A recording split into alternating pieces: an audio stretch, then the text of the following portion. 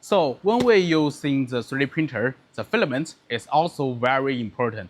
And the filament of the lamp is like this. We call it PMLA, which developed by ourselves. And when you get it, it have a well packaged like this. Let's take a see of the material. To protect the material, we have two packages for it.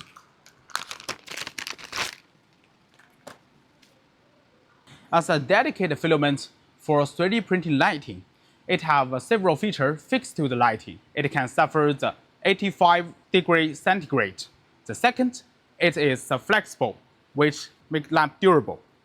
And the third, it has a good diffusion.